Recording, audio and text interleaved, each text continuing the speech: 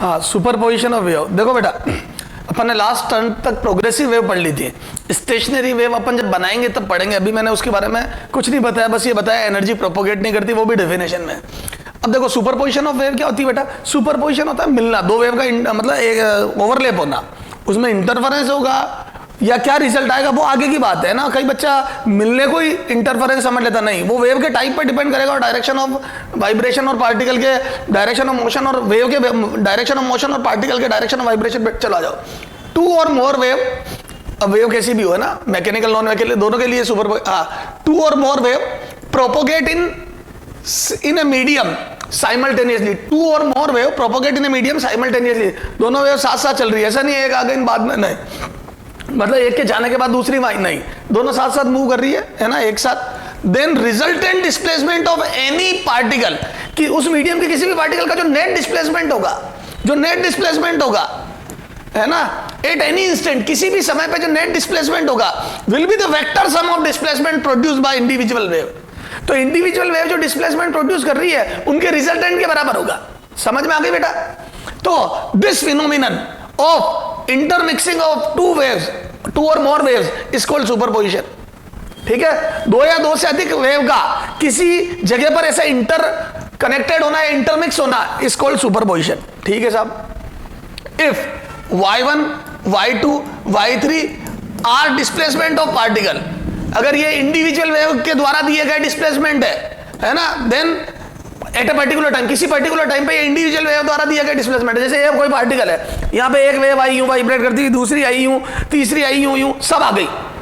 तो पहली वाली का डिस्प्लेसमेंट कराने की अपनी क्षमता होगी, y1 दिया, दूसरी वाली ने y2 दिया, थोड़ा लेट दिया, जो भी दिया, y2 दिया, एक ने y3 दिया, तो सबका vector sum. Sir vector sum क्या? कोई वेव यूं आई मान लो और एक यूं आई, है ना, एक यूं आती भी ओवरलैप हुई और एक यूं जाती भी ओवरलैप हुई, तो एक का डिस्प्ले एक यूं, तो वेक्टर सम यूं तिरछा आएगा, तो उसका वाइब्रेशन यूं तिरछा होगा। ठीक है, तो y1, y2 and y3 dash dash dash are the displacement of particle at a particular instant due to individual wave, then the resultant displacement of wave is given by this।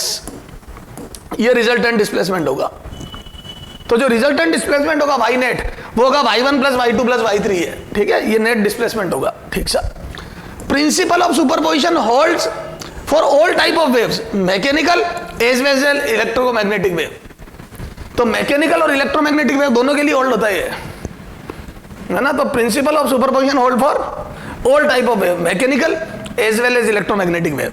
ठीक है, mechanical non mechanical दोनों wave के लिए hold होएगा। ठीक है, चलो आ जाओ। Due to superposition of wave the following phenomenon can be seen. अब देखो सुपरपोजिशन करा दिया, दो वेव मिल गई, अब वो कैसी थी और कैसी मिली उस पर डिपेंड करेगा, इंटरफेरेंस होगा, बीट्स होगा या स्टैंडिंग वेव होगी। देखो इंटरफेरेंस कब होता है? जब फ्रीक्वेंसी तो इक्वल हो। क्या हो दोनों वेव की? Frequency equal. Sir frequency equal होना क्यों जरूरी है? बताता हूं। जैसे फॉर एग्जांपल मेरी वेव ऊपर जाते हुए यहां मिली इस पार्टिकल पे, और ये वाली वेव भी उसी समय मिली जब ये ऊपर जा रही थी, ये भी ऊपर जा रही थी, तो दोनों ने एक दूसरे का साथ दिया। देखो दोनों ने एक दूसरे का, इसको बोलते हैं कंस्ट्रक्टिव इंटरफेरेंस, जो आगे बढ़ेंगे, तो दोनों ने एक दूसरे का साथ दिया। अब जब दोनों एक दूसरे का साथ देंगे तो एकदम से एम्पलीट्यूड बढ़ जाएगा। ये समझ गए क्या? तो ये ऊपर जाती हुई मिली, ये भी ऊपर जाती हुई मिली, दोनों ओवरलैप हुई। ये अच्छा, अगर शुरू में साथ है और चूंकि फ्रीक्वेंसी सेम है, तो जब एक सेकंड में एक राउंड करेगी तब ये भी एक राउंड कर लेगी, तो बोल दो दोनों के राउंड भी साथ साथ कंप्लीट होंगे। अरे बोलो, अच्छा अपोजिट है, हो सकता है अपोजिट हो दोनों, तब भी एक साथ राउंड कंप्लीट होंगे। देखो दोनों एक दूसरे को काटेगी और हर समय काटती रहेगी क्योंकि फ्रीक्वेंसी सेम है। जब ये अपर एक्सट्रीम पे होती है, लोअर पे होती है, ये लोअर पे होती है, अपर पे होती है, ऐसे चलता रहेगा। समझ गए? तो इसको बोलते हैं सिंक्रोनाइजेशन। तो दोनों की अगर फ्रीक्वेंसी सेम है तो they will always be synchronised. ये इंटरफेरेंस हो गया। तो इसमें क्या होगा बेटा? Frequency should be equal frequency and amplitude nearly equal. ये नियरली इक्वल, अगर अनइक्वल भी होंगे तो चलेगा, बहुत ज्यादा डिफरेंस भी होगा चलेगा, लेकिन नियरली इक्वल होंगे तो आपको इंटरफेरेंस दिखाई देगा, अच्छे से ऑब्जर्व होगा। तो गुड इंटरफेरेंस के लिए इक्वल होने चाहिए। सर क्यों? बताता हूं। ताकि जहां पर एक दूसरे का विरोध करे, जैसे एक पॉइंट है, एक वेव ऊपर जा रही है और एक नीचे जा रही है, एक ऊपर जा रही है उसी समय एक नीचे जा रही है, तो मैं बोल दूं दोनों एक दूसरे को काट के जीरो नेट एम्पलीट्यूड दे देगी, और जीरो दे देगी तो वहां पे इंटेंसिटी जीरो हो जाएगी साउंड की। अगर साउंड की बात कर रहा हूं तो कुछ भी सुनाई नहीं देगा, कट जाएगी इंटेंसिटी। ठीक है ना? तो ये ठीक है ना? तो नियरली इक्वल एम्पलीट्यूड। ठीक है, तो फ्रीक्वेंसी इक्वल और नियरली इक्वल एम्पलीट्यूड, ताकि जहां कटे हुआ जीरो आ जाए। ठीक है बेटा। अच्छा, अनइक्वल होंगे तो भी होगा, लेकिन फिर अच्छा इंटरफेरेंस नहीं होगा। ठीक साहब। बीट्स, बीट्स में क्या होता है बेटा, अब देखो दो इक्वल फ्रीक्वेंसी की और डिफरेंट एम्पलीट्यूड या थोड़े से डिफर करते हुए एम्पलीट्यूड की वेव मिली तो ये इंटर बीट्स। बीट्स क्या होता है बेटा, नियरली इक्वल फ्रीक्वेंसी की दो वेव जब सुपर इंपोज हो, नियरली इक्वल। ठीक है, तो बीट्स क्या होता है, superposition of two waves of nearly equal frequency, लगभग इक्वल फ्रीक्वेंसी की दो वेव जब ओवरलैप करे सेम डायरेक्शन में। ठीक है, तो एक ही डायरेक्शन में vibrate, nearly equal. Nearly equal मतलब जैसे एक की 1000 हर्ट्ज हो गई और एक की 1002 हर्ट्ज हो गई, तो बहुत माइन्यूट सा डिफरेंस, 1000 के कंपैरिजन में दो बहुत नेग्लिजिबल है, उस समय बीट्स सुनाई देंगे। सर बीट्स क्या होता है बताता हूं। देखो बेटा, जब फ्रीक्वेंसी का डिफरेंस 2 है तो एक सेकंड में 2 बार साथ देगी एक दूसरे, मतलब 2 बार मैक्सिमा आएगा। ये इस टाइप की कोई वो बनेगी, तो एकदम से आवाज तेज धीरे ऐसा होगा। ये तो एकदम से ऐसे, तो 2 बार बहुत तेज आवाज आएगी, तो इसको बोलते हैं बीट्स। क्लियर है। तो बीट्स में क्या होता है, बार बार उनका क्या होता है, फेस चेंज होगा, क्योंकि दोनों का सिंक्रोनाइजेशन नहीं है। दोनों साथ मिली, थोड़ी देर बाद ये आगे होगी, इसकी फ्रीक्वेंसी ज्यादा है 1002, इसकी 1000, तो ये थोड़ी आगे हो गई, फिर ये ऐसे डिस्टर्बेंस आ गया, ऐसे करते फिर थोड़े टाइम बाद वापस साथ होगी, तो एक सेकंड में 2 बार साथ आएगी। वो अपन आगे बात करेंगे, है ना, डिटेल स्टडी करेंगे तब। तो बीट्स में nearly equal frequency, wave of nearly equal frequency, nearly equal frequency. ठीक है, superposition of two waves of nearly equal frequency. ठीक सा। Stationary wave, superposition of two equal wave in opposite direction, superposition of two of equal wave in opposite direction. ठीक है, मतलब equal wave मतलब एक wave और उसकी रिफ्लेक्टेड वेव। तो जैसे एक वेव जा रही है, किसी जगह से रिफ्लेक्ट होकर वापस आई और इन दोनों का सुपर इंपोजिशन हो जाता है, अपोजिट डायरेक्शन में होनी चाहिए, तो स्टेशनरी वेव बनती है। तो बीट्स और ये स्टेशनरी वेव, तो ये स्टेशनरी वेव बनती है। क्लियर है, समझ में आ गई सर। अच्छा, interference, when two waves of equal frequency and nearly equal amplitude, है ना, इंटरफेरेंस की बात कर रहा हूं। When two waves of equal frequency and nearly equal amplitude traveling in same direction superimposes, then the intensity get distributed, then the resultant intensity get distributed। देखो, एक wave अकेली जो पैदा करती है यहाँ पे हिसाब किताब, दो वेव के ओवरलैप होने के बाद वो हिसाब किताब चेंज हो जाएगा, कहीं पर ज्यादा कहीं पर कम। At some point intensity is large, whereas at other points intensity is nearly zero। तो कुछ पॉइंट पर इंटेंसिटी एकदम बढ़ जाएगी और कुछ पॉइंट पर एकदम घट जाएगी। क्लियर है। तो एट सम पॉइंट लार्ज और at some point nearly zero. तो यहां पर जाओ, when two waves of equal frequency and equal amplitude travelling in same direction superimposes. ठीक है, इक्वल तो फ्रीक्वेंसी होनी चाहिए ताकि हमेशा सिंक्रोनाइज रहे, और नियरली इक्वल एम्पलीट्यूड होनी चाहिए ताकि तेरे को इंटरफेरेंस अच्छा दिखाई दे या सुनाई दे। ठीक है, then the intensity at different point, या मतलब then the resultant intensity get redistributed and at some point it would be large and at some point it would be nearly zero. जहां लार्ज होगी उसको मैक्सिमास या constructive interference बोलते हैं। क्या बोलते हैं? Constructive interference, interference. और जहां कम होगी, जीरो होगी, वहां पे बोलते हैं डिस्ट्रक्टिव।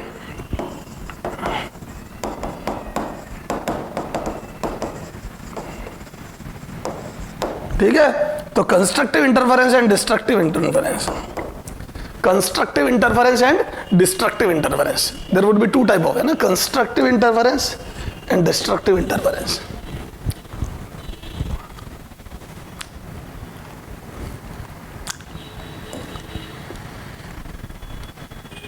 ठीक है, अब आ जाओ, अब अपन इंटरफेरेंस देखते हो। दो वेव ऑफ इक्वल फ्रीक्वेंसी, चलो लिखते हैं। अच्छा, आ जाओ, तो अब अपन लिख रहे हैं दो वेव, है ना, two waves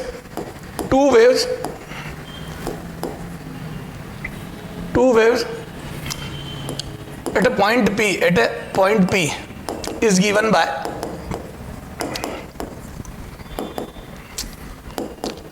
y1 is equal to a1 sin omega t minus के एक्स। ठीक है, वेव की इक्वेशन में ये दोनों। ठीक है, एंड मतलब एक पॉइंट पे चला, एट ए पॉइंट कर दिया ना, तो एक पॉइंट पे एक्स फिक्स हो गया omega t, and y2 is equal to a2 sine omega t plus del या फाई कर दो, है ना। दो वेव या कहां पर इंटरफेयर करी, तो जिस जगह पर, जिस पॉइंट पर इंटरफेयर करके वहां एक्स फिक्स हो गया, बोलो। और जब एक्स फिक्स हो गया तो मैं बोलूँ एसएचएम बचा। याद है वेव में मैंने ट्रेवलिंग वेव में समझाया, पार्टिकल का एक्स फिक्स कर दो, पोजीशन फिक्स कर दो तो वो एसएचएम बचता है। ये सर ये फाई क्यों आया यार? जरूरी देखो मेरी बात सुनो, एक वेव यहां पहले पहुंच गई, दूसरी वेव बाद में आई, तो जब दूसरी वेव आई यहां पर, दूसरी वेव जब आई तो मैं बोल दूं पहली वेव कुछ आगे थी, तो मैं बोल दूं जब दूसरी वेव आई तो पहली वेव कुछ आगे निकल चुकी थी।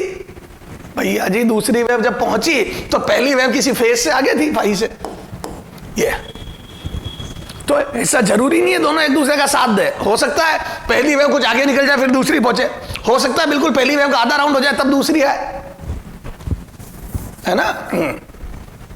तो दिस इज, हाँ, then resultant, two wave at point P is given by this, then resultant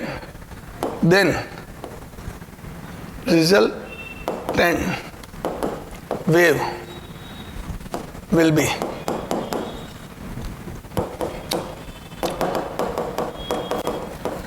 y1 plus y2, है ना, according to superposition,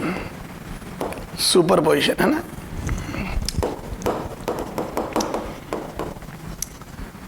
सुपरपोजिशन, ठीक सर। तो यहां से आ जाएगा y net is equal to A1 sine omega t plus A2 sine omega t plus phi. A1 sine omega t plus A2 sine omega t plus phi, ये resultant wave होगी। अब आ जाओ इसको एक्सपेंड करते हैं। तो वाई नेट बराबर A1 sine omega t plus A2 sine omega t cos phi plus A2 cos omega t sine phi. A sine theta plus B cos theta वाला फॉर्मूला लगा दिया बेटा। ये मैंने A साइन थीटा, तो sine A cos B, sine A cos B, ये इसको देखो आप, इसको sine A cos B plus cos से साइन बी, ठीक है। चलो आ जाओ, अब यहां से साइन ओमेगा टी कॉमन लेते हैं। बेटा ये तो 50 बार करा, वेक्टर में करा, एसएचएम में करा अपन ने। एसएचएम में याद है दो वेव जब सुपर, हाँ, तो यहां से कितना आ जाएगा, साइन ओमेगा टी कॉमन लिया था, A1 plus A2 cos Y, A1 plus A2 cos Y sine omega t plus A2 sine phi cos omega t, A2 sine phi cos omega t. ये तो A1 plus A2 cos phi और sine omega t अलग हो गया, फिर A2 sine phi cos omega t अलग हो गया, ठीक है। तो ये दो वेव मिली बेटा।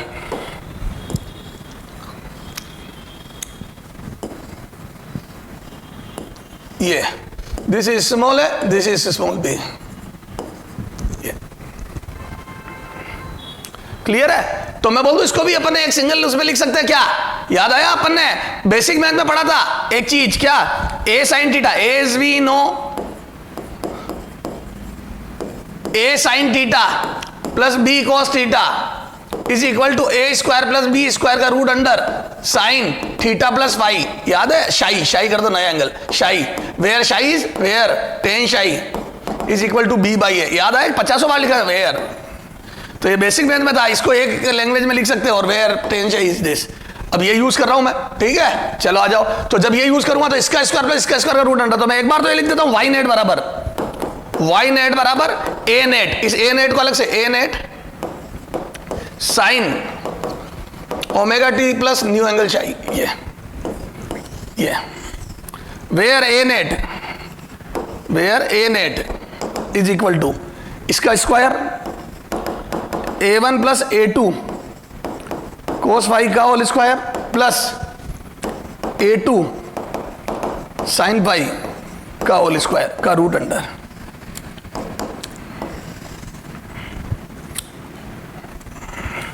तो कितना आ जाएगा ये? A net is equal to A1 square plus A2 square cos square phi plus 2A1 A2 cos phi plus A2 square sine square phi. ये A1 square plus A2 square cos square phi plus 2A1 A2 cos phi plus A2 square sine square phi. A net यहां से A1 square plus A2 square sine square five plus cos square five plus 2A1 A2 cos five, ये तो यहां से ये 1 हो जाएगा, तो ये आ गया A1 square plus A2 square plus 2A1 A2 cos five.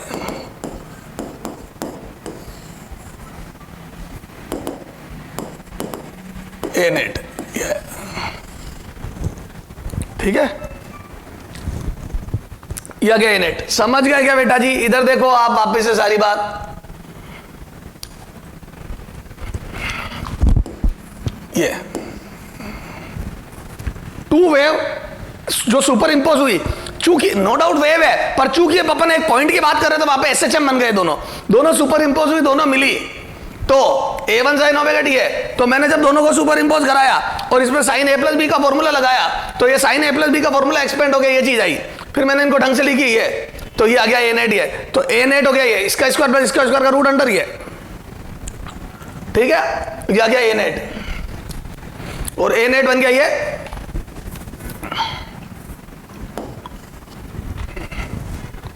ठीक है। अब यहां से टेन चाई क्या आएगा बेटा? Tan psi is equal to, देखो बी क्या इसमें, बी हो गया A2 साइन फाइव,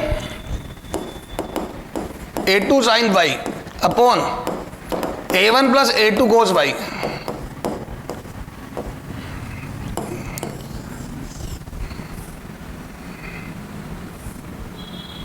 ये ए नेट बराबर A1 square by A2 square by 2A1 A2 cos phi, और ये टेन शाही आ गया बेटा A2 sign five upon A1 plus A2 cos phi. देखो ना बी बाई है, ये बी कोस का कोफिशिएंट बी बाई है, तो A2 साइन फाइव ऊपर और A1 plus A2 cos five नीचे, ठीक है, ये दोनों आ गए।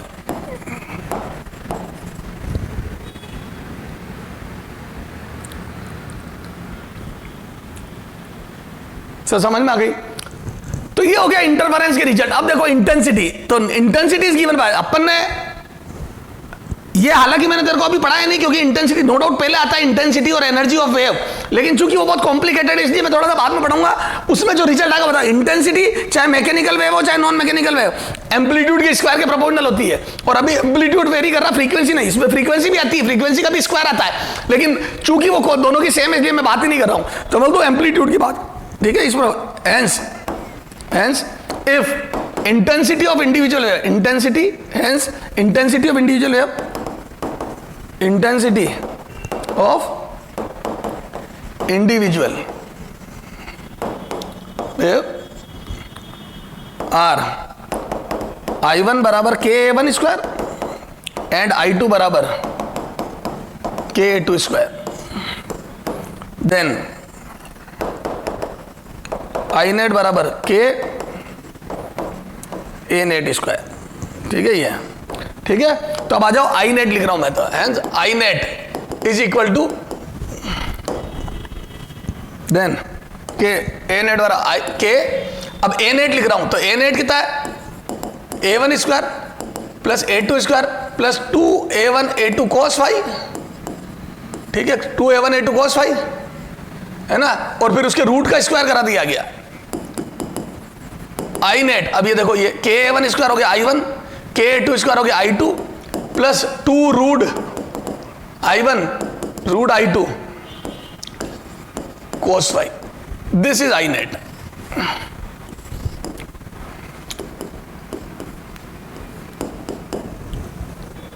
ये I1 plus I2 plus 2 root I2 cos phi, this is I net.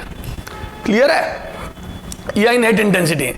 अब आ जाओ, अब अपन केस बनाते हैं, केस है ना, फॉर कंस्ट्रक्टिव इंटरफेरेंस, तो मैं बोल दूं कंस्ट्रक्टिव इंटरफेरेंस किसको बोलेंगे बेटा? तो जैसे दो वेव सुपर इंपोज हुई हैं, अगर दोनों साथ सुपर इंपोज है, याद है मैंने कहा था दोनों एक दूसरे का साथ दे, तो कंस्ट्रक्टिव इंटरफेरेंस में दोनों एक दूसरे का साथ देगी। जब यहां दो वेव ओवरलैप हुई और पहली वेव ऊपर जा रही है और दूसरी भी ऊपर जा रही है, पहली वेव ऊपर जा रही है और दूसरी भी ऊपर जा रही है, तो दोनों एक दूसरे का साथ देगी और हमेशा साथ रहेगी। क्लियर है? दोनों एक दूसरे का साथ देगी और दोनों हमेशा साथ रहेगी, दोनों एक दूसरे का साथ देगी और दोनों हमेशा साथ रहेगी। This is called constructive interference, ठीक है, कंस्ट्रक्टिव इंटरफेरेंस। अच्छा, और क्या हो सकता है? और ये हो सकता है जैसे किसी पॉइंट पर एक वेव पहले पहुंच गई, एक वेव पहले पहुंच गई और एक वेव बाद में आई, और जब एक वेव पहले पहुंच गई और एक लेट है, और मैं बोल दूं ये पहुंची जैसे ये 10 लेमडा चल के आई और ये 11 लेमडा। याद है मैंने लेमडा बताया था, लेमडा 2 पॉइंट के बीच की वो दूरी है जब एक राउंड कंप्लीट कर ले, एक वेव एक राउंड कंप्लीट कर लेती है तब जो चला।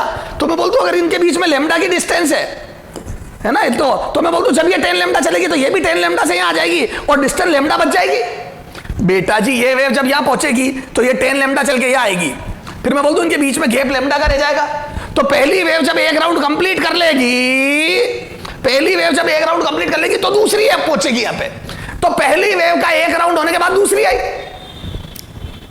पहली वेव पहुंच गई, ये भी 10 चल ली, एक बचाना, या 10 चल ली तो एक बचाना बेटा, 10 लेमडा चल ली तो एक लेमडा बचा। तो बोल दो पहली का जब एक राउंड कंप्लीट हो जाएगा तो दूसरी पहुंचेगी। पहली वेव का एक राउंड कंप्लीट होने के बाद दूसरी वेव पहुंचेगी।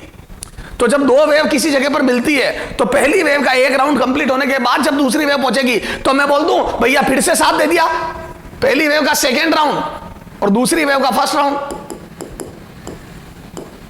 पहली वेव का सेकेंड राउंड और दूसरी वेव का फर्स्ट राउंड, पहली वेव का सेकेंड और दूसरी वेव का फर्स्ट राउंड साथ साथ होगा। तो कंस्ट्रक्टिव इंटरफेरेंस तो दोनों एक दूसरे का साथ दे रही। अगर ये 12 लेमडा होता तो ये 2 लेमडा दूर रह जाती, तो मैं बोल दूं फिर पहली का एक राउंड तो ये लेमडा दूर रह जाती क्योंकि लेमडा और चल लेती, पहली का 2 राउंड फिर ये आ जाती क्योंकि पहली के 2 राउंड होते तब दूसरी का पहला राउंड होता।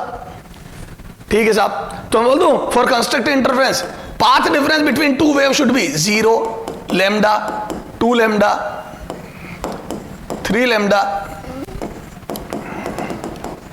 n lambda. ये फेज डिफरेंस, तो path difference between 2 wave should be 0, या तो दोनों साथ पहुंचे या लेमडा का डिफरेंस हो या 2 लेमडा का हो या 3 लेमडा का हो, तो फेज डिफरेंस होगा 0 2 पाई 4 पाई 6 पाई 2n पाई। ये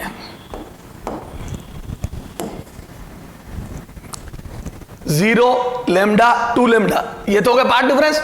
तो फेज डिफरेंस होना चाहिए 0 2 पाई 4 पाई 6 पाई, ये ठीक है। तो कंस्ट्रक्टिव इंटरफेरेंस है, दोनों में एक दूसरे का साथ देगी। तो इस समय पे बोलो जो नेट इंटेंसिटी आएगी वो आएगी ए मैक्सिमम, क्योंकि मैक्सिमम आएगी। अरे बोलो और ऐसा होगा तो cos फाई कितना आएगा बेटा, तो cos 0 1 होता है, 2 पाई पे भी cos 1 होता है, तो मैं बोल दूं cos फाई 1 आएगा। अरे बोलो कितना आएगा cos फाई 1, और जब cos फाई 1 होगा तो बोलो a नेट कितना आएगा, तो a net would be a maximum, a net would be a maximum, और ये कितना आ जाएगा बेटा a1 प्लस a2 का होल स्क्वायर, सॉरी का रूट भी तो होगा भाभी, a1 प्लस a2। देखो ना a नेट कितना आएगा, cos फाई 1 रखो, आ जाओ a नेट के फॉर्मूले पे। जब आप cos फाई 1 रख दोगे तो a1 square plus a2 square plus 2a1 a2, और ये आ जाएगा a1 प्लस a2 का होल स्क्वायर का रूट करोगे तो a1 प्लस a2। थोड़ी इसकी थ्योरी लंबी है बेटा, समझनी पड़ेगी, पर फिर अपन जब क्वेश्चन करेंगे तो बहुत आसान लगेगा क्योंकि मुद्दे की बात है। तो ये आ गया a मैक्सिमम आ गया जब कंस्ट्रक्टिव इंटरफेरेंस होगा। अब आ जाओ for destructive interference, for destructive interference क्या आएगा बोलो, ठीक है। तो मैं बोल दूं डिस्ट्रक्टिव इंटरफेरेंस में पार्ट डिफरेंस। अब देखो डिस्ट्रक्टिव भी समझाता हूं थोड़ा सा, इधर आ जा। क्या होता अगर ये 10 लेमडा होता, इधर देख, क्या होता अगर ये 10 लेमडा होता और ये 10.5 लेमडा होता, ये दो वेव यहां से आती और ये 10.5 लेमडा होता है ना, ये क्या होता, ये सोर्स S1 ये 10 लेमडा और ये 10.5 लेमडा। तो मैं बोल दूं ये वेव पहले पहुंच जाती और इसका आधा राउंड होते ही ये वेव पहले पहुंच जाती और इसका आधा राउंड होते ही ये दूसरी वेव पहुंचती, ये दूसरी वेव। तो जैसे इसका आधा राउंड होता ये दूसरी वेव आ जाती, तो ये नीचे जा रही होती है और ये ऊपर जा रही होती है, ये तो पहली वेव नीचे जा रही होती है और दूसरी वेव ऊपर जा रही होती है, ठीक है, और दोनों एक दूसरे को काटती है, ठीक है ना। तो आ जाओ, तो path difference lambda by 2 3 lambda by 2 5 lambda by 2, ये डेल एक्स, ठीक है, ये डेल एक्स ही होता है। डेल फाई कितना हो जाता बेटा, पाई 3 पाई 5 पाई, ये तो पाथ डिफरेंस होता है lambda by 2 3 lambda by 2, 5 lambda by 2। Phase difference होते पाई, पाई मतलब आधा राउंड हो गया, 3 पाई 1.5 राउंड हो गया, तो एक दूसरे को काटेगी, तो मैं बोल दूं डिस्ट्रिक्ट एक दूसरे का विरोध करेगी, और ऐसे समय पे cos 5 -1 आएगा। cos 180 देख लो, ग्राफ बना के, ए बेटा ग्राफ बना के देख ले, -1 आएगा। ये पाई 3 पाई, ये -1, पाई 3 पाई, ये -1, ठीक है। ये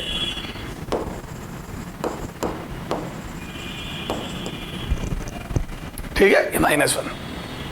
अच्छा इंटेंसिटी तो बेटा ली यहां पे, ये तो ए मैक्सिमम, इंटेंसिटी भी तो लिखो, तो मैं बोल दूं cos फाई जब 1 होगा तो इंटेंसिटी कितनी आएगी, देखो ए बेटा, है ना, आई नेट कितना आ जाएगा, √I1, थोड़ा सा मैं इसको लिख रहा हूं, ये हटाऊंगा, I1 प्लस I2 प्लस यहां 1 रखोगे तो 2 √I1 √I2 आएगा, ये तो हटा दो, है ना, 2 √I1 ना, ये, और ये क्या होगा, ध्यान से देख इसको घूर घूर के, अगर ये 2AB बनाना चाहूं मैं, तो ये √I1 का स्क्वायर और √I2 का स्क्वायर कर दूं, इसको देखो इधर देखो सब, √I1 का स्क्वायर और इसको √I2 का स्क्वायर, तो मैं बोलता हूं ये क्या बन जाएगा, √I1 प्लस √I2 का होल स्क्वायर,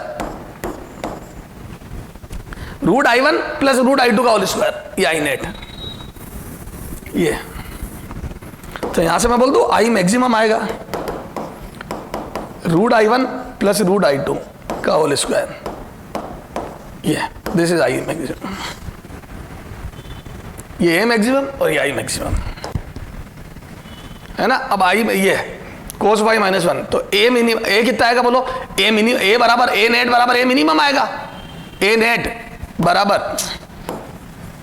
बराबर A minimum is equal to, है ना,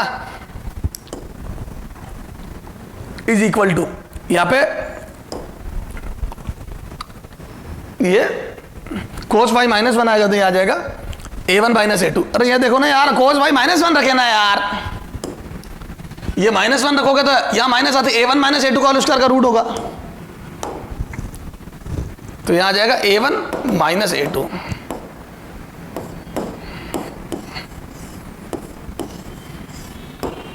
ये ठीक है। अच्छा, और यहां फिर cos फाई -1 रखोगे तो कितना आ जाएगा, ये I1 plus I2 -2 √I1 √I2, ठीक है, I1 प्लस I2, है ना, -2 √I1 √I2। अच्छा, इस I1 को मैं √I1 का होल स्क्वायर और इसको √I2 का होल स्क्वायर कर दूं, तो आ जाएगा √I1 माइनस √I2 का होल स्क्वायर, आ जाओ, तो I आ जाएगा I मिनिमम, तो आ जाएगा √I1 माइनस √I2 का whole square,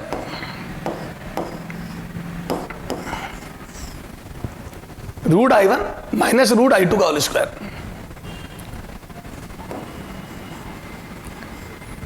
√I1 minus √I2 का होल स्क्वायर, ये आ गया। तो A1 प्लस A2 आया A मैक्सिमम, और √I1 प्लस √I2 का होल स्क्वायर आया A1 माइनस A2 आया A मिनिमम, और √I1 माइनस √I2 का होल स्क्वायर आया। क्लियर है?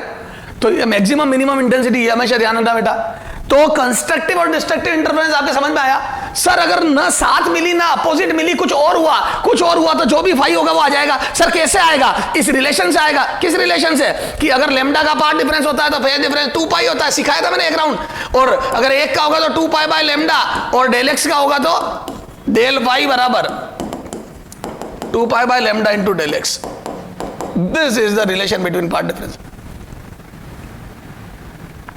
क्लियर है? बस तो इस रिलेशन से आएगा, जो भी पार्ट डिफरेंस होगा फेज डिफरेंस आ जाएगा। और वो यहां रख देना तो आपको आई नेट मिल जाएगा, और वहां रख देना तो एम्पलीट्यूड मिल जाएगा। ये दो फॉर्मूले वेरी वेरी इंपॉर्टेंट। तो ये जो स्टार लगाया ना मैंने बेटा, ये फॉर्मूले, बस डेरिवेशन से कोई मतलब नहीं है। अब देखो मैं बताता हूं थोड़ा मोरल ऑफ द स्टोरी, है ना। मोरल ऑफ द स्टोरी ये है कि जो मैंने स्टार लगाया उनके अलावा किसी बात से कोई मतलब नहीं है। और कंस्ट्रक्टिव डिस्ट्रक्टिव कब होता है कंडीशन अपने को वैसे भी पता है, ठीक है। ये आ जाओ अब मोरल ऑफ द स्टोरी, बिल्कुल जीरो से सारी बात वापस देखते हैं क्योंकि बहुत ज्यादा थ्योरी हो गई। सुपरपोजिशन ऑफ वेव क्या होता है? दो से अधिक वेव का किसी जगह पर मिलना और उसका रिजल्टेंट आना। This phenomenon is called superposition.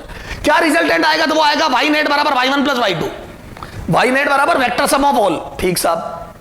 किस किस में होता है? दोनों में, मैकेनिकल नॉन में, सब में चलता है वो। ठीक साहब।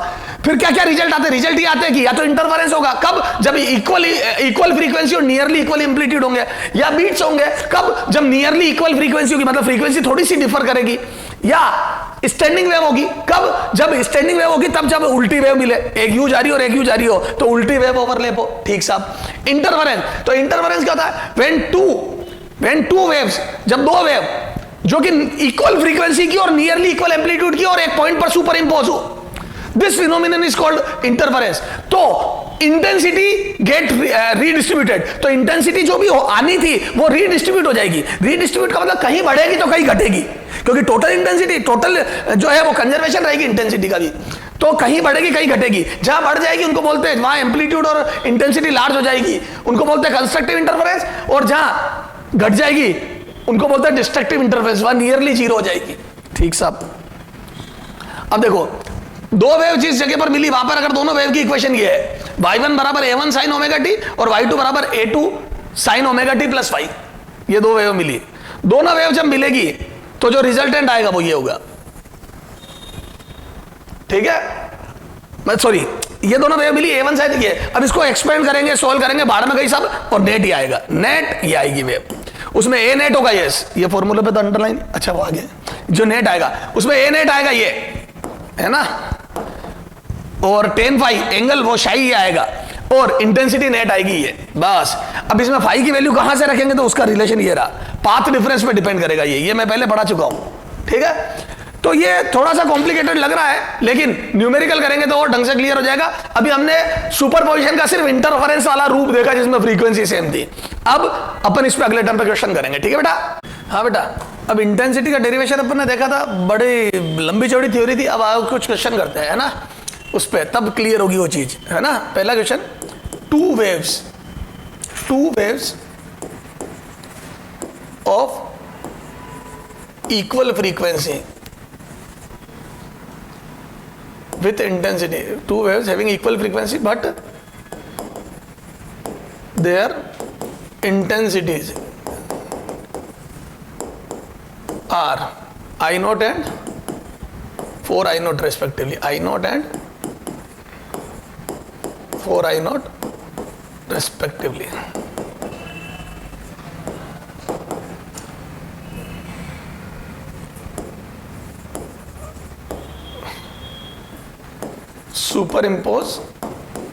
superimposes at a point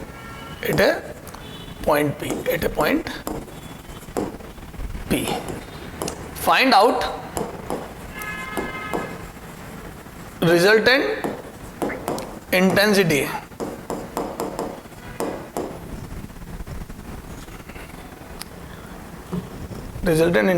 at point P if del phi या phase difference, if phase difference at P, phase difference at P is first del phi is equal to 0, second del phi is equal to pi by 2, third del phi is equal to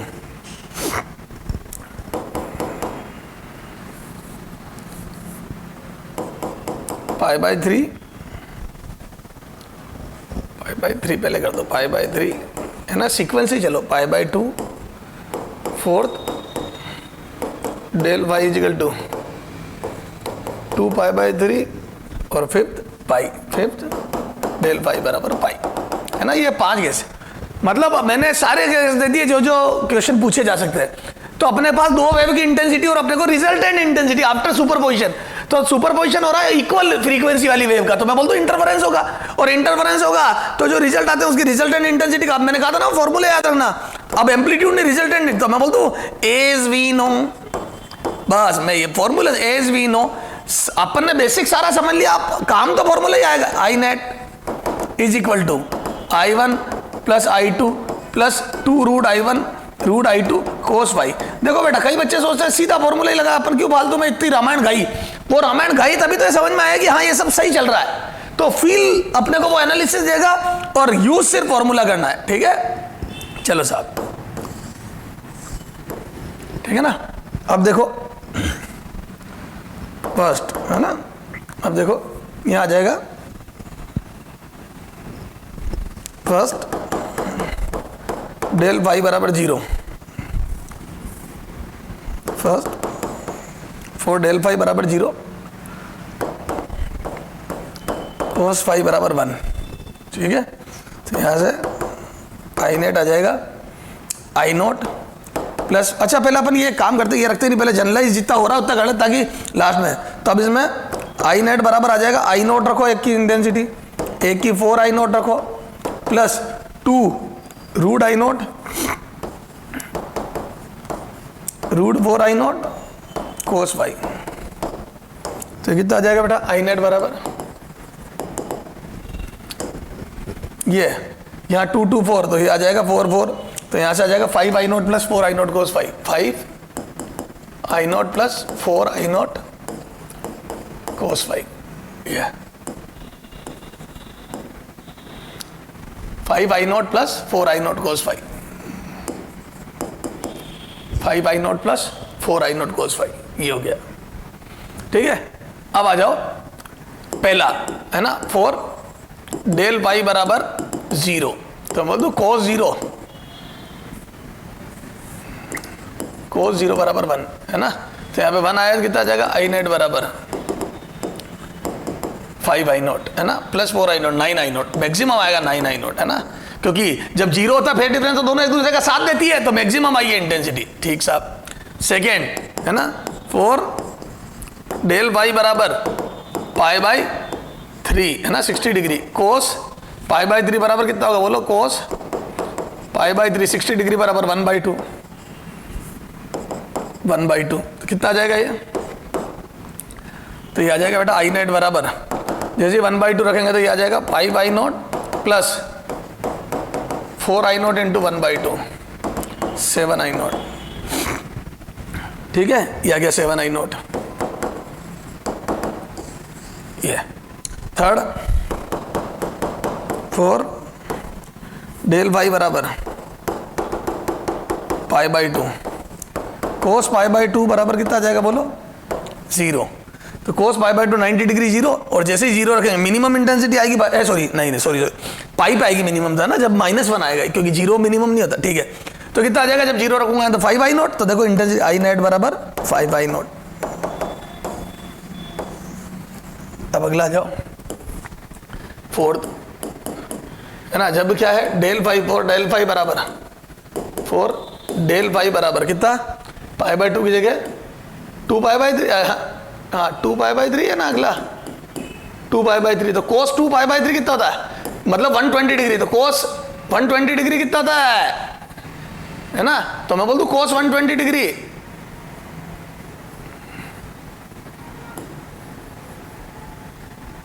cos 120 degree कितना होता है, तो मैं बोल दूं 60 आगे जाने पर जो वैल्यू होती है 60 भी -1/2, ठीक है, तो कोस फाई बराबर -1/2, कोस फाई बराबर कोस 120 डिग्री 2 पाई बाई 3 बराबर -1/2, ठीक है। ये तो यहां से आई नेट कितना जाएगा, तो -1/2 रखा था, क्या जाएगा 3 आई नोट।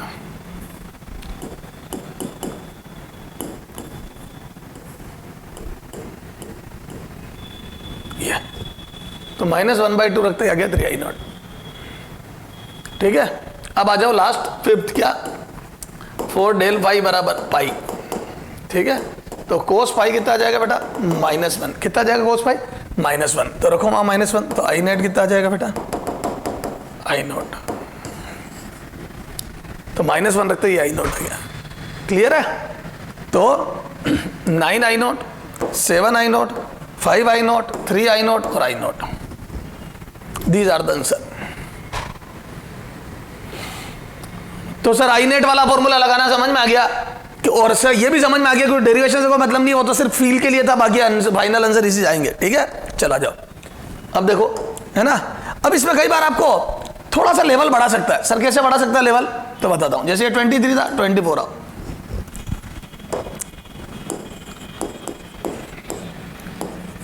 इफ वही क्वेश्चन है ना, if intensity of two wave और वो if in above question, in मैं सीधा इन अबव क्वेश्चन कर रहा हूं, in above question if path different del x at point P पहले फेज डिफरेंस ये थी, अब वो पार्ट डिफरेंस दे सकता, थोड़ा लेवल बढ़ गया। At point P R first, या इसका तो क्या करना, वो तो individual question is del x बराबर 0 है ना, सेकेंड डेल एक्स बराबर है ना, सेकेंड में कितना आया था, lambda by 6, third del x बराबर lambda by 4, fourth del x बराबर, ठीक है, लैम्डा बाई 3, ठीक है, लैम्डा बाई 4 पाई बाई 2, ठीक है, लैम्डा बाई, है ना, अब इससे वही सीक्वेंस, और फिर लैम्डा बाई 2, डेल एक्स बराबर पांचवा क्या था, लैम्डा बाई 2। ये तो अब मैंने पार्ट डिफरेंस दे दिया, पहले फेज डिफरेंस सीधा थाली में, पार्ट डिफरेंस, तो पहले इसमें एक स्टेप बढ़ गई, क्या बढ़ गई, तो एज वी नो कि relation between phase difference and path difference क्या होता है, डेल फाई बराबर 2 pi by lambda into del X, ये this is the relation between path difference and phase difference, this is the relation between path difference and phase difference, clear है ये। तो आ जाओ, आप पहले फेज डिफरेंस निकाल लो, तो मैं बोलता हूं डेल फाई बराबर 2 pi by lambda into del x की वैल्यू रखते जाओ, तो 0 पे 0 आ जाएगी, 0, तो यहां से आ जाएगा डेल फाई बराबर 0। हाँ, फिर पहला फर्स्ट, अच्छा दूसरा क्या आ जाएगा, डेल फाई बराबर 2 pi by lambda into lambda by 6, ये तो आ जाएगा कितना, पाई बाई, डेल फाई बराबर पाई बाई 3,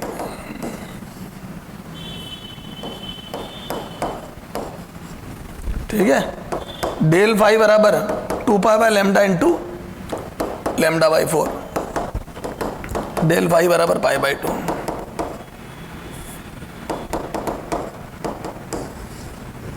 ठीक है, फिर अगला डेल फाई बराबर 2 pi by lambda into lambda by 3, 2 pi by 3,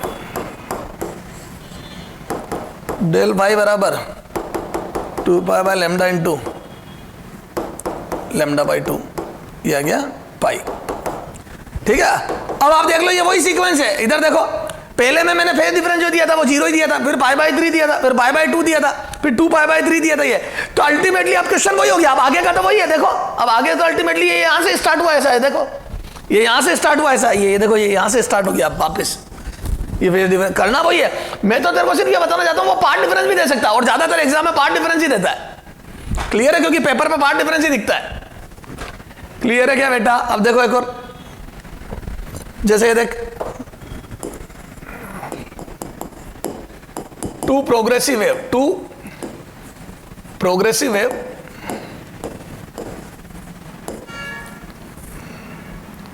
having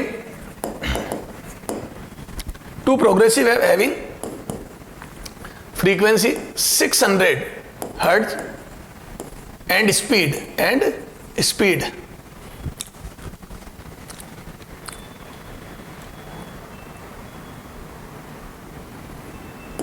30 metre per second.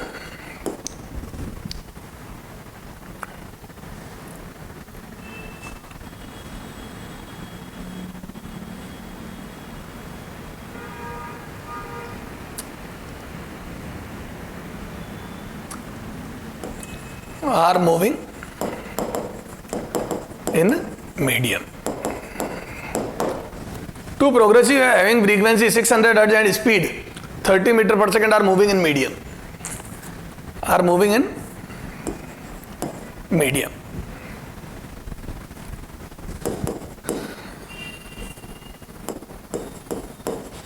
Superimposes at point P. At point P. ठीक है, एज शोन है ना, मैं डायग्राम बना देता हूं क्योंकि इतनी लंबी है ना। एज शोन, जैसे पॉइंट बी है, ठीक है, ये सोर्स है S1, ठीक है, ये सोर्स है S2, intensity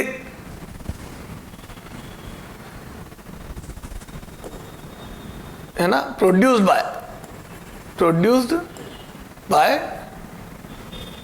bye two source of equal intensity I naught, and frequency 600 hertz, है ना। Speed of waves are 30 metre per second, waves 30 metre per second are moving in medium, ठीक है। ये मतलब कुल मिला के बहुत थोड़ा सा लैंग्वेज है। टू प्रोग्रेसिव वेव प्रोड्यूस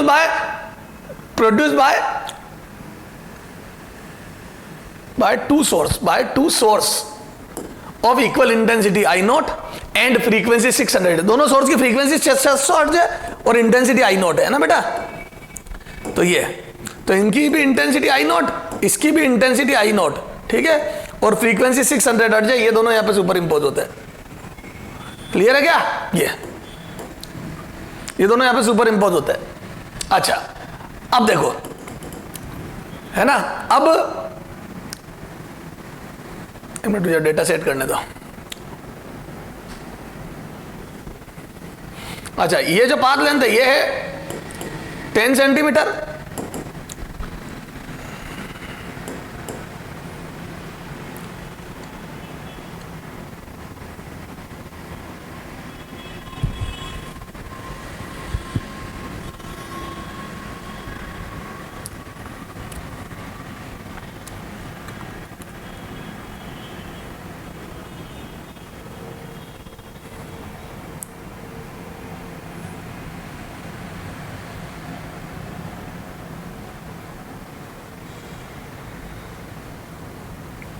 यार कैलकुलेशन टफ हो रही है, बेटा जी।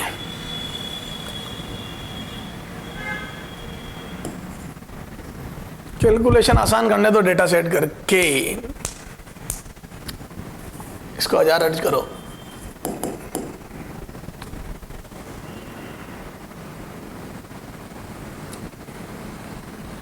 ठीक है ना? हाँ ठीक है, ये 9.5 सेंटीमीटर। ओके, अब हो गया मामला। सॉरी, ये बड़ा होगा 10 सेंटीमीटर और इसको करो 9.5 सेंटीमीटर, है ना। तो एक पॉइंट पी पर दो वेव इंटरफेयर होती है, दोनों की इंटेंसिटी आई नॉट है, ठीक है, और ये पी पॉइंट है, ठीक है। अब अपने को ये बताना है कि नेट इंटेंसिटी के, then find out, then net intensity at P, net intensity at P will be, चलो आ जाओ। तो P पे इंटेंसिटी बतानी है ना। आ जाओ। तो पार्ट डिफरेंस कितना हो जाएगा बेटा? डेल एक्स बराबर, तो बोल दो डेल एक्स एट पी बोलो। तो ये आ जाएगा डेल एक्स बराबर S2P माइनस S1P, तो ये S2P माइनस S1P कितना आ जाएगा बेटा? 10 centimetre minus 9.5 centimetre and this is 0.5 centimetre. कितना आ जाएगा? 0.5 centimetre.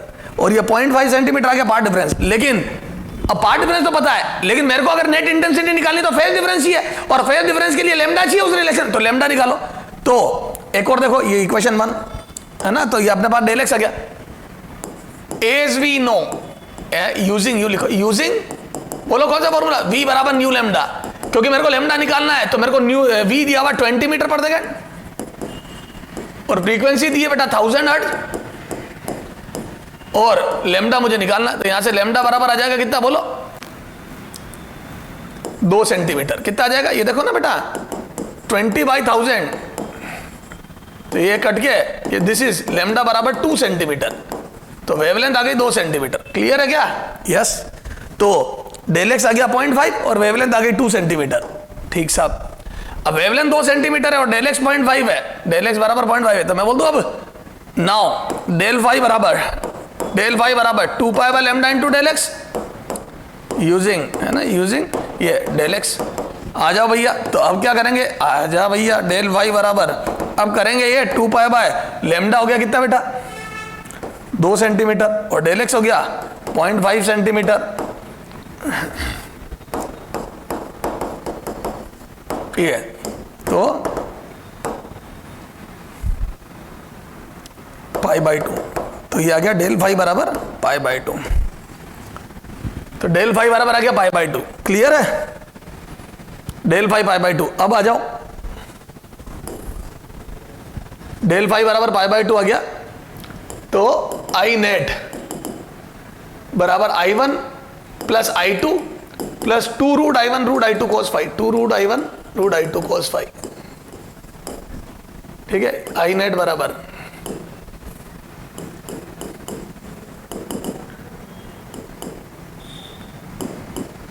I not plus I not plus 2 root I not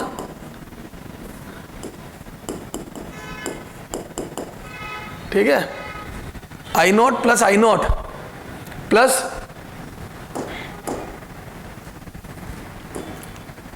2 root I not cos 90 cos 90। अरे मैं फॉर्मूला वैल्यू रख रहा हूं, फाई पता पड़ गया अपने को लेमडा और डेल एक्स निकालने से, और आई नॉट इंटेंसिटी इक्वल थी और कोस 90 जीरो होता है, तो ये पूरा जीरो हो गया, तो 2 I not is the answer. This is net intensity eight point P। बोलो बच्चों, ये तो सर हमें समझ में आ गया कि इंटरफेरेंस में जो net resultant intensity that is very very important. अब आ जाओ सर वो एम्पलीट्यूड क्या काम में आएंगे, और एम्पलीट्यूड इधर देखा आएंगे, बिल्कुल आएंगे, है ना। अभी देखते हैं अपन, जैसे अब अपन क्या करते हैं, इसको पूरा डिलीट करके, कितने 25 होगा ना क्वेश्चन, आ जाओ क्वेश्चन नंबर 26 पे। तो एग्जाम्पल 26, ठीक है। इफ देखो बोल, if ratio of amplitude of two waves of equal frequency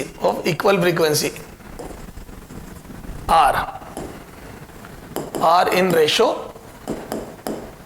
1:2, है ना, 1:3, है ना। दो वेव है जिनका एम्पलीट्यूड 1:3 रेशियो में है, then ratio of then first ratio of their intensity, their individual intensity will be second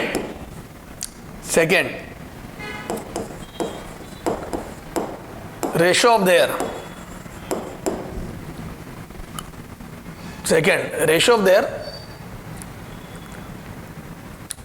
ये तो individual intensity, ratio of their maximum and minimum intensity, maximum and minimum intensity and I minimum after interference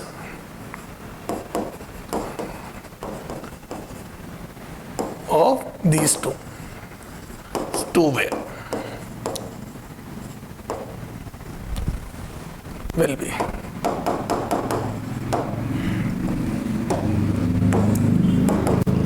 चला जा, तो क्या हो जाएगा बेटा, the ratio of amplitude of two equal frequency है ना, आर इन रेशियो 1:3 है ना, तो रेशियो ऑफ एम्पलीट्यूड दिया है 1:3।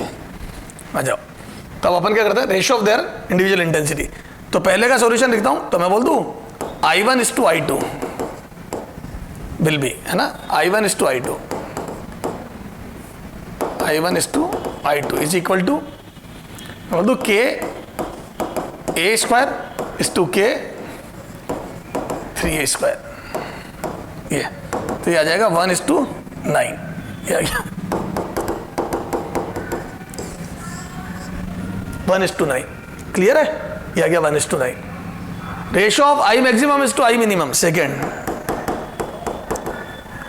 I maximum is to I minimum के, अच्छा अब I मैक्सिमम कितना आता है बेटा, root I1 plus root I2 का whole square, root I1 plus root I2 का होल स्क्वायर, और मिनिमम कितना होता है बेटा, root I1 minus root I2 का होल स्क्वायर।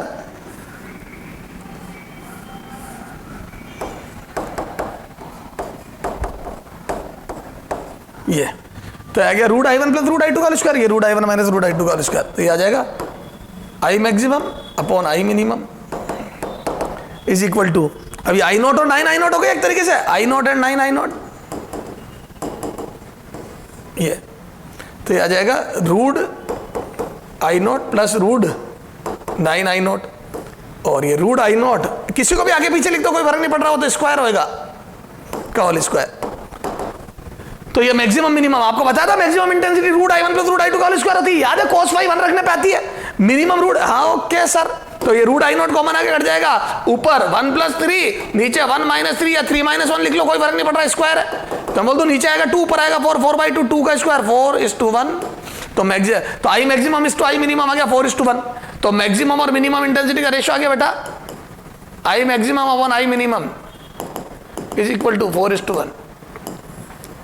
ये ठीक सर है ना, तो ये आ गया, अरे इसका ये तो इसका ठीक है, ये तो 1:9 आया, ये तो 1:9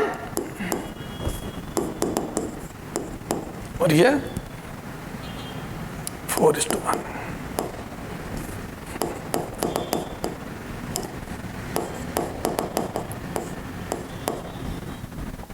ओके चलो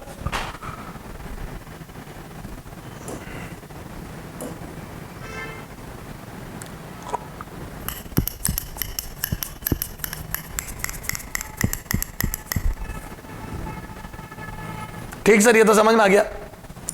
तो ये अब देखो सर वो एम्पलीट्यूड वाला बताओ ना सर, हाँ इधर आ जाए, एक क्वेश्चन उस पर भी एग्जाम्पल 27। तो सारा कमाल है फेज डिफरेंस और पाथ डिफरेंस का, ठीक है आ जा। If 2 waves super imposes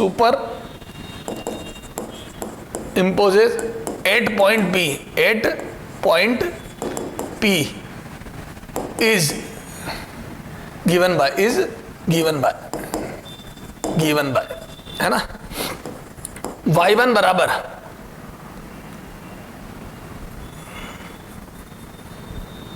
four sine omega t, एक पर्टिकुलर पॉइंट है ना, तो ये and y2 is equal to 5 sine omega t plus pi by 2। then resultant intensity, then resultant amplitude at this point will be, ठीक है, इस point पर resultant amplitude कितना होगा, चलो आ जाओ, क्लियर है तो आ जाओ। तो रिजल्टेंट एम्पलीट्यूड में बोल दो ए नेट बराबर a1 square plus a2 square plus 2a1 a2 cos phi, ठीक है। अब ये a1 है ये a2 है, आ जाओ 3 का स्क्वायर प्लस 4 का square plus 2 3 into 4 into cos 90 degree, इन दोनों के बीच में एंगल 90, ठीक है ये, तो ये कोस 90 डिग्री, ठीक है। अब देखो कोस 90 हो गया 0 यार, और ये ए नेट आ गया 5,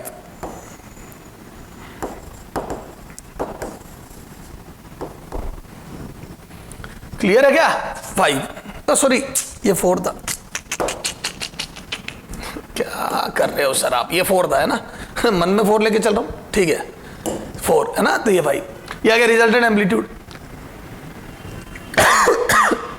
याद है एक और बात बताई थी मैंने तेरे को, क्या, टेन शाई निकालना, अगर वो बोले रिजल्टेंट वेव लिखो तो ये तो पूछा मैंने रिजल्टेंट एम्पलीट्यूड, अगर वो क्वेश्चन ये देता था also write down equation of resultant wave, ठीक है आ जाओ। तो मैं यहां से लिख दूं क्या रिजल्टेंट वेव की इक्वेशन, तो y net is equal to a net sine omega t plus psi, अरे बोलो वेयर टेन शाई, बोलो where tan psi is equal to a2 sine phi upon a1 plus a2 cos phi, ये तो आ जाओ क्या हो जाएगा,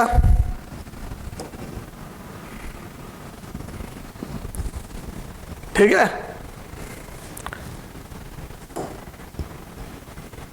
तो a2 हो जाएगा बेटा 4 साइन 90 अपॉन 3 प्लस 4 कोस 90, ये तो यहां से ये 0 हो गया और ये 1 होते ही 4/3 ten psi is equal to 4/3, ठीक है ये। तो यहां से दिस एम्प्लाइज शाई बराबर 53 डिग्री, ये तो शाई बराबर 53 डिग्री तो 53 डिग्री ये हिसाब आया।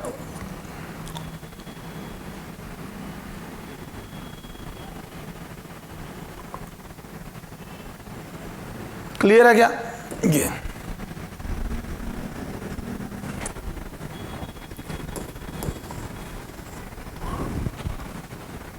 तो अब है बस नेट वेव की इक्वेशन आ गई यहां से। तो y net is equal to क्या बन गया, एम्पलीट्यूड आ गया 5 sine omega t plus 53 degree.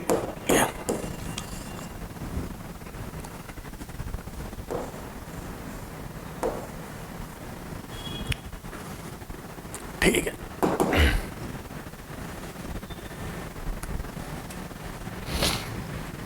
तो सर ये बात तो क्लियर है।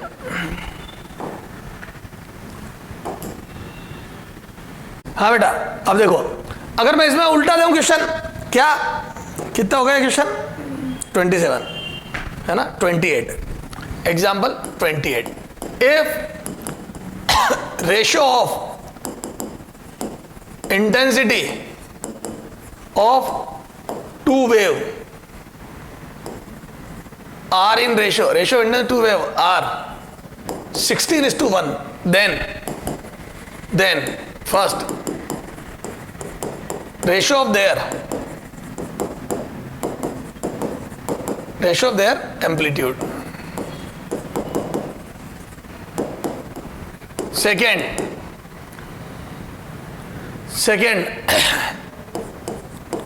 ratio of A maximum is to A minimum,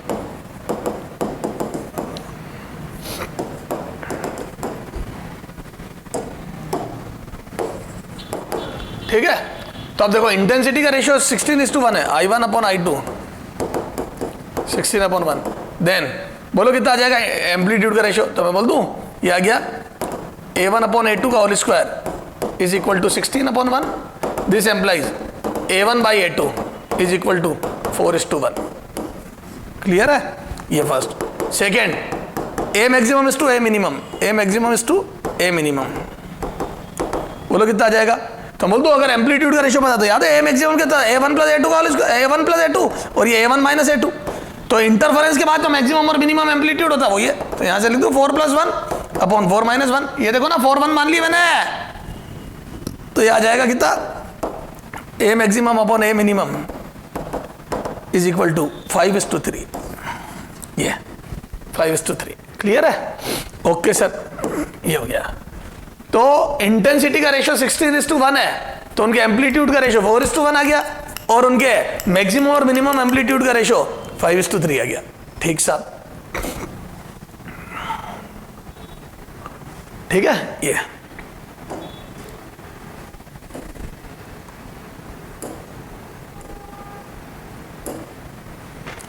ठीक है, आगे आ जाओ बेटा। अब देखो और अपन देखते हैं आगे, जैसे है ना, एक क्वेश्चन लिखो बेटा, बेहतरीन क्वेश्चन। हाँ, a sound source of frequency 170 hertz, ठीक है, या produces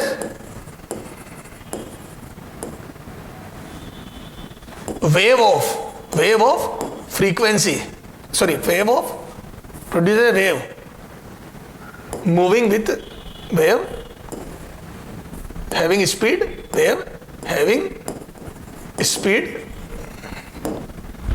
v बराबर 340 metre per second in air, then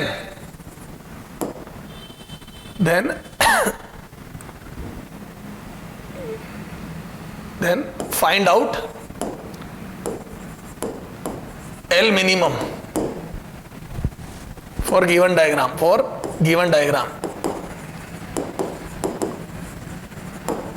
so that there would be minimum intensity at point P.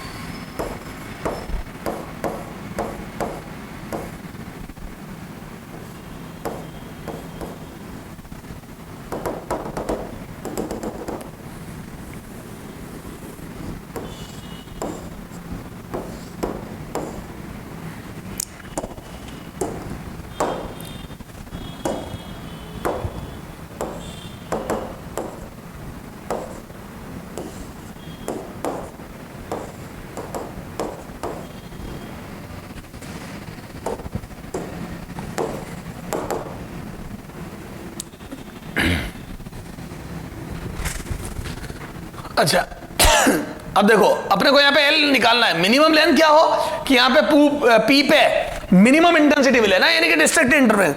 तो मैं बोल दूं कि सबसे पहले तो वेवलेंथ निकालते, क्योंकि इंटेंसिटी कितनी होगी ये डिपेंड करेगा इस पाथ डिफरेंस पे। अच्छा पहले पाथ डिफरेंस निकालते। पाथ डिफरेंस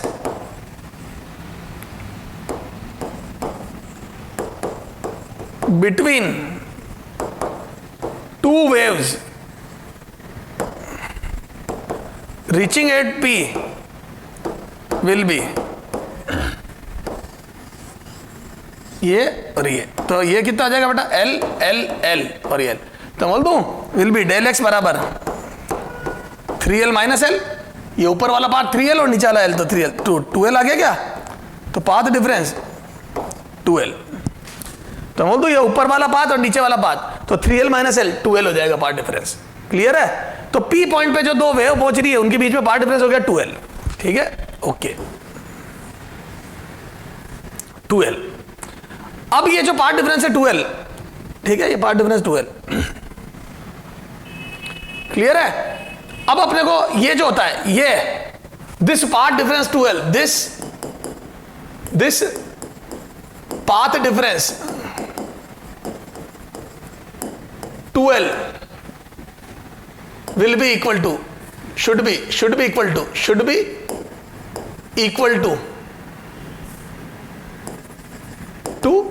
बोलो destructive inter will be equal to 2n plus minus, plus या माइनस है ना, 1 से रखेंगे तो माइनस लेमडा बाई टू 4 है ना, 4 डिस्ट्रक्टिव इंटरफेरेंस मिनिमम इंटर याद है लेमडा बाई 2 3 लेमडा बाई 2 उसमें लिख देना, लास्ट में 2n माइनस 1 लेमडा बाई 2 लिखना भूल गया, फिर वहां लेमडा 2 लेमडा में लास्ट में लिख देना n लेमडा, लिखा है नहीं लिखा देख लेना, और फिर फेज डिफरेंस में 2 0 2 पाई 4 पाई तो कंस्ट्रक्टिव लिख देना 2n पाई, और इसमें 2n माइनस 1 पाई।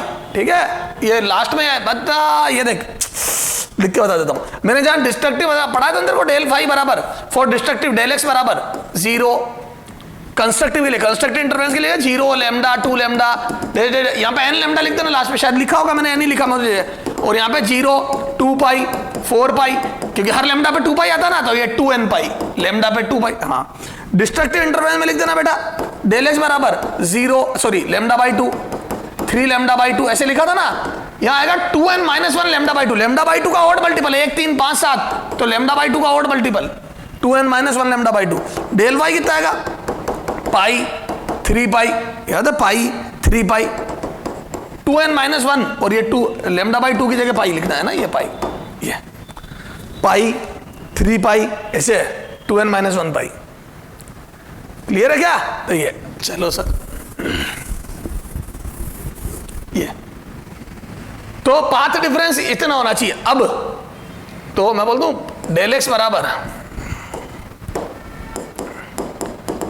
बराबर 2 2L बराबर 2n माइनस 1 लेमडा बाई 2, ये डेल एक्स बराबर 2L बराबर तो 2L बराबर ये 4 मिनिमम 4L मिनिमम n बराबर 1 रखो, n बराबर 1, तो यहाँ से लिख दो 2L minimum is equal to lambda by 2, तो यहाँ से कितना आ जाएगा लेमडा बराबर L बराबर L मिनिमम बराबर लेमडा बाई 4। देखो कई बच्चा सोच लेता पार्ट डिफरेंस 3L, अरे 3L तो ये लेंथ है, एक वेव यहां से यहां जब पहुंचेगी तो ये 3L चलेगी और ये L चलेगी ना रे, ऊपर वाली वेव 3L चलेगी और नीचे वाली L चलेगी, तो पार्ट डिफरेंस 2L होगा ना, तो 2L, तो ये लेमडा बाई, तो L मिनिमम कितना आ जाएगा बेटा, तो लेमडा कितना है अपना 2 मीटर आया, कितना है लेमडा निकल ही नहीं गया अभी, हाँ लेमडा, तो यहां से आ जाओ 4 लेमडा, तो अभी आ गया L मिनिमम है ना, एंड 4 लेमडा मैं बोल दूं वी नो V बराबर न्यू लेमडा, तो V कितना है बेटा, तो V आ गया 340 metre per second, new 170 lambda, तो लेमडा बराबर आ जाएगा 2 मीटर, ठीक है, तो ये लेमडा आ गया 2 मीटर, वो यहाँ रख दो, तो कितना आ जाएगा L मिनिमम, तो 2 metre divide by 4 and this is 50 centimetre, 50 centimetre, clear है, तो 50 सेंटीमीटर,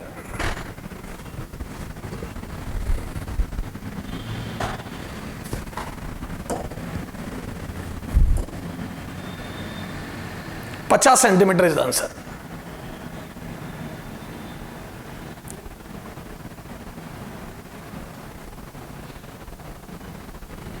क्लियर है, इसी टाइप का क्वेश्चन आपके एक इसमें दिया हुआ है बूस्टर में, ठीक है, ये सेमी सर्कुलर आर्क बना के, है ना, ये देख इधर, हालांकि उसमें तो ये देख, उसमें तो डायरेक्ट लेमडा दिया, देखो ऐसे, उसमें अच्छी बात ये है तेरे डायरेक्ट लेमडा दिया हुआ, बस वो तो तेरे कंसेप्ट चेक करा, जैसे मैं ये बता ही देता हूँ, ये अगर R रेडियस का एक सेमी सर्कुलर आर्क है और यहाँ पे एक ट्यूनिंग फोर्क से वेव प्रोड्यूस करी, ठीक है, तो P पॉइंट पे है ना, R minimum is equal to what, so that at P there would be constructive interference, ठीक है, P पॉइंट पे कंस्ट्रक्टिव इंटरफेरेंस हो, इसके लिए R मिनिमम कितना हो, ठीक है, चलो, है ना, और इसकी wavelength and length produced by tuning fork is lambda,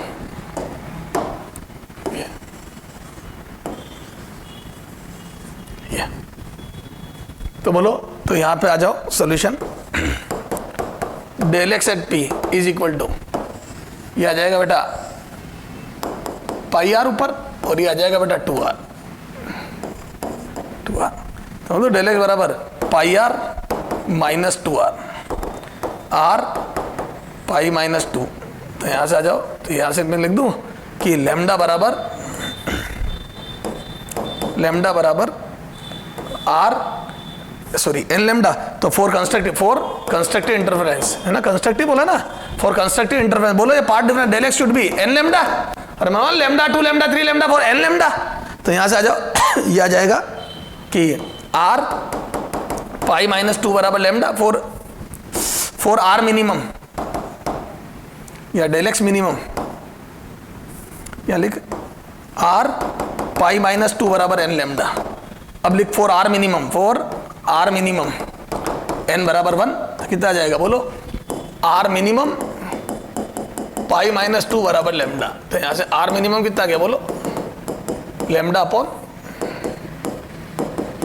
pi minus 2, ये क्लियर है क्या।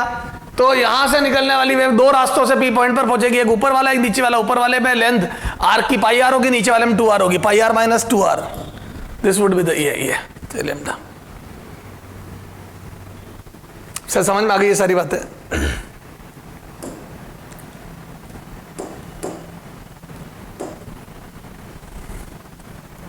क्लियर है, ओके सर। अब आ जाओ, एक तो इस टाइप की है, एक क्वेश्चन ऐसे जिसमें आपको कॉमन सेंस से सारी बात करनी है, सर कैसे, आ जाओ, एग्जाम्पल 31,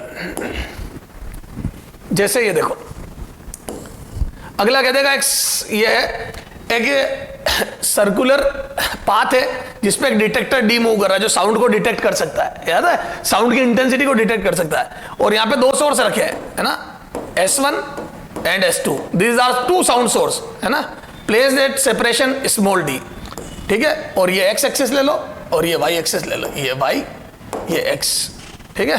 तो दो साउंड सोर्स है, ये यहां रखे और ये डिटेक्टर डी है, ठीक साहब, वो डिटेक्टर डी है और ये सेपरेशन स्मॉल डी है, ठीक है। अब देखो, two sound source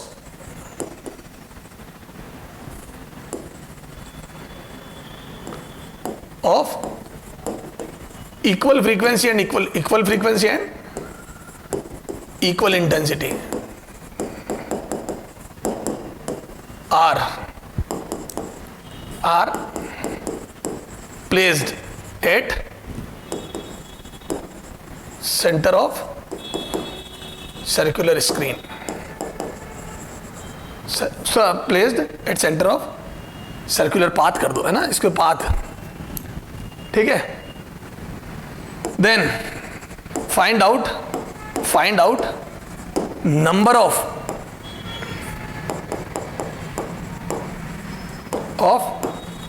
maxima and minima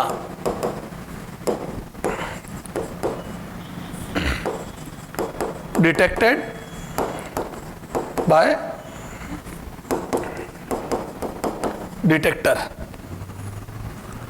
Then find out number of maxima and minima detected by detector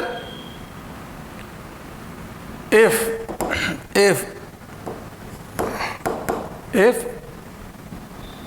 first d बराबर 3 लैम्डा, सेकेंड d बराबर 2.5 लैम्डा, थर्ड d बराबर 2.25 लैम्डा, है ना। ये तीन केस दिए, क्लियर है।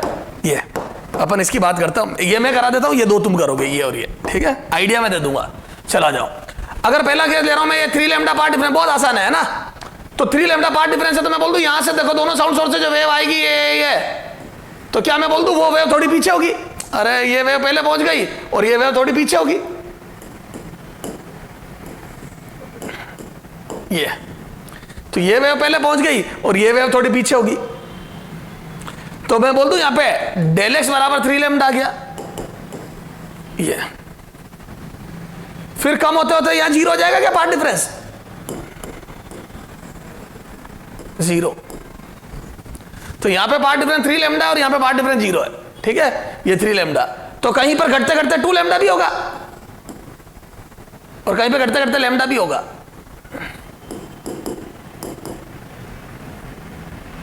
ये। तो यहां पार्ट डिफरेंस 3 लैम्डा, यहां 2 लैम्डा, यहां लैम्डा और यहां 0, क्लियर है।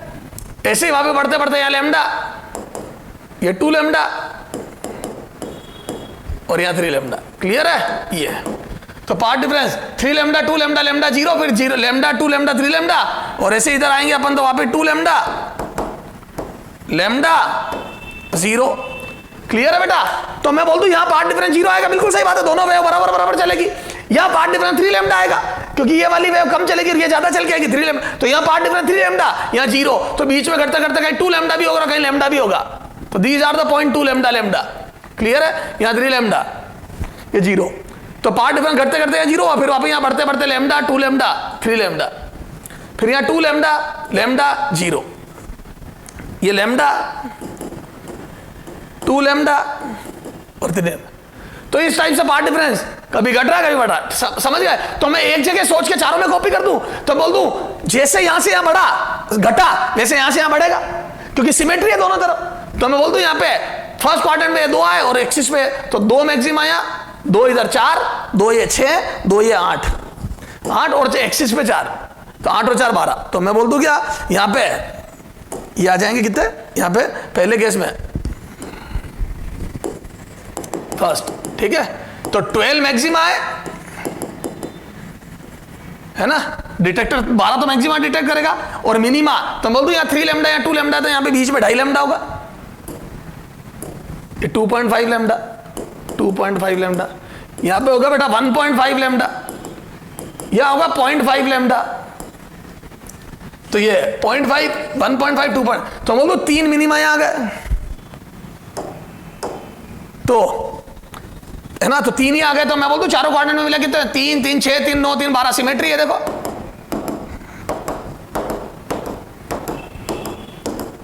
है ना 12, तो 12 मैक्सिमा और 12 मिनिमा।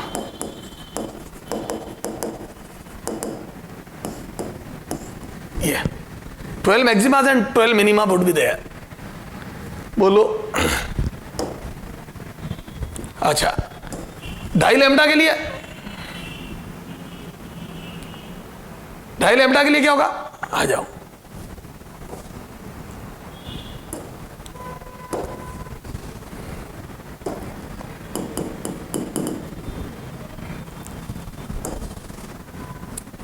ठीक है। 2.5 लैम्डा के लिए क्या होगा, तो जब यहां 2.5 लैम्डा होगा तो यहां पे 2.5 लैम्डा आएगा पार्ट डिफरेंस, या 0, तो 2.5 के बाद 2.5 पे डिस्ट्रक्टिव होगा, क्योंकि this is odd multiple of lambda by 2। 2.5 क्या होता है, 2 प्लस आधा, तो odd multiple of lambda by 2, 2.5, फिर 2 आएगा, फिर 1.5 आएगा, फिर 1 आएगा, फिर आधा आएगा और फिर 0 आएगा। बस तो उस हिसाब से एक तरफ देख के चारों तरफ कॉपी कर लेना।